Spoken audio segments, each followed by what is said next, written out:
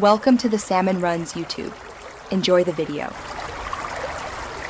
In this video, I will explain how to play Pokémon Let's Go Eevee on Android. Hello everyone.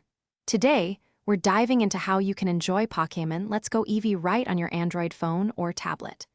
This involves a process called emulation, which essentially tricks your device into thinking it's a Nintendo Switch. To get started, you'll need a fairly powerful Android device, ideally one with at least 6 GB of RAM, to ensure the game runs smoothly. We'll also cover selecting the right software to make it all happen. Now, let's talk about the heart of the operation, the emulator itself. For Nintendo Switch games, two prominent options are Yuzu and Ryujinx. It's crucial to research which emulator performs best on your specific Android device model, as performance can vary. Always download these applications from their official websites or reputable app stores to avoid security risks. This ensures you get the legitimate and most up-to-date version for the best experience. Once you have your emulator, the next step is acquiring the game files.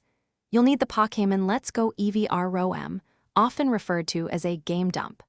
Make sure your Android device has ample storage, ideally at least 8 GB of free space, for the game and any necessary emulator files.